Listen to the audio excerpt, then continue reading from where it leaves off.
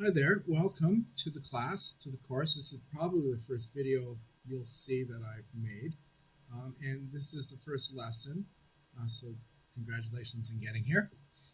So what I'll do in these lessons is talk generally about the chapters and related material. I don't plan to go through the chapters bit by bit, but rather pull things out that I think are important, maybe provide summaries or matrices of that sort that will help you understand it better, and then applications, what the material means. Okay, so this first lesson is, I call this What is Ethics, and the first lesson is about ethics and about what the chapter calls the levels of discourse of ethics, which we'll get to. And I guess the first thing I wanted to talk about here to get you thinking about this is to point out that ethics has more than one meaning. So we typically think of ethics as a class that we're taking. We're all taking the ethics class, and what's ethics about there? Well, it's some kind of a study, right? Some kind of getting some knowledge about something. So that's my definition of ethics over here on this other side of the page. Okay, it's a study of right and wrong. It's a discipline, maybe a more formal word, concerned with what's morally good and bad, concerned, we're thinking about it. But a more basic sense of ethics is just the ethics that we already have in our society. So you might define it as a system of moral values, or just a system about what's right and wrong. So in a way, ethics, the class, the discipline, studies ethics, the system. Okay, and I wanted just to make you aware that it really exists. Ethics exists. Ethics as a system of well-ingrained moral beliefs. That's the way our chapter calls it on page 4. Another way to think about it is ethics is just simply expectations. Expectations about behavior, how we expect each other to behave, how they should be treating us and how we should be treating them. So things like we don't expect people to hurt other people, at least not to hurt other people for no good reason. We don't expect people to steal. We don't expect people to lie. Okay, when people do these sorts of things, they make the papers, we think about it, we wonder about it, why are you doing that sort of stuff? We want good reasons for you for doing that if you're doing something bad. So that would be rough and ready, the sort of the basics of ethics, and there are some systems in. One of the things about this well-ingrained moral beliefs is it's not articulated.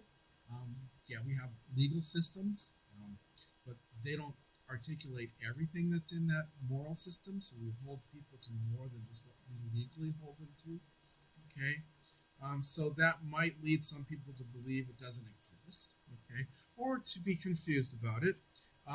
One of the interesting things that this is a guy named Peter Singer, who's a famous ethicist. He's a retired professor from Princeton, and he was once asked, what is ethics? And he went on around saying what it wasn't. So what he said is this, and that might seem kind of weird to you, but I think if you think about these things, we can get closer to what ethics is. Okay, so he said it's not a set of prohibitions about sex. When I first heard that, I think that's kind of weird. But when I was younger, people used to identify ethics with sexual morality.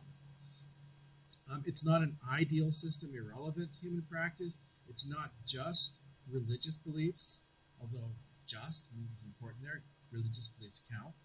And it's not relative or subjective.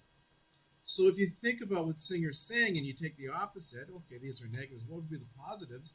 Some of the positives then would be ethics, the expectations that we have apply to all parts of human life. They are meant to be practiced, and so they should be practical. They apply to everyone. They're not just for religious people, or not just for not religious people. They're not just for a certain race, a certain gender, okay? And maybe most importantly, that people don't often realize, it makes rational or reasonable expectations of each other. We don't just go around and tell people we want them to do all sorts of things, but we should be able to justify them. They should be reasonable. And one of the things that ethics as a discipline does is try to come up with, make explicit, articulate the rationality that's built into ethics as just a system of practice. I've got a link underneath this video to something called a Framework for Universal Principles of Ethics. And I just offer this to you. What Larry Calero was trying to do is articulate some of the things that everybody would believe about ethics. Okay, what would be important for any ethical view. He broke ethics up into interpersonal ethics, professional ethics, and global ethics. And if you go through these, I think a lot of these things you can kind of see, this is kind of obvious. These are kind of these well-ingrained beliefs that we have if we were to articulate them. Things like we should be concerned for others' well-being. We should respect other people's autonomy. We should try to be trustworthy. We should be honest. We should be faithful to our responsibilities, and so forth. So I'm just going to leave that for you to look at, to digest on your own. So let's think just briefly now a little bit about what we're going to do. So ethics, we are saying, is the second sense of ethics is a systematic study of right and wrong.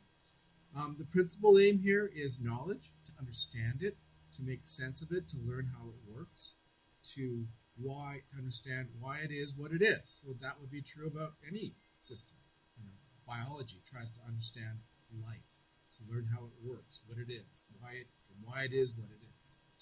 One of the reasons that we might do this, and we should be thinking about why are we doing this, why are you in this class, is maybe to better achieve its own goals, which certainly one of these reasons we have these expectations is to live with each other, to be able to live well, to cooperate, to achieve happiness. Maybe that would be the individual point, and then the social point would be peace, and general tranquility in society. Bioethics is a kind of ethics, so it's a subfield. Okay, it looks particularly at biological and medical situations. Okay, so some of the key areas that bioethics would look at would be things like medical ethics, research ethics, even environmental ethics too. Finally, we could go back to these original sort of ideas about ethics that Singer talked to us and apply them as sort of a general first look at how would we judge good bioethics.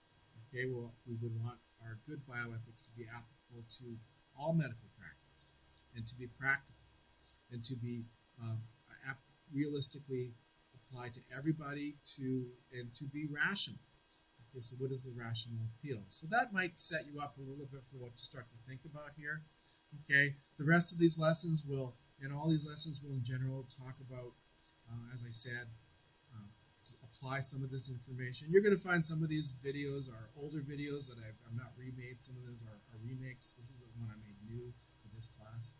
And some will be videos that I've pulled from the internet. I'm not going to reinvent the wheel. Someone else does something much better than me. I'll have you look at that video. Okay, so welcome. Thank you for coming to the course. Welcome. Let me know. Use Moodle for any questions that you have as we go along. And I hope you're going to have a great day. Thanks.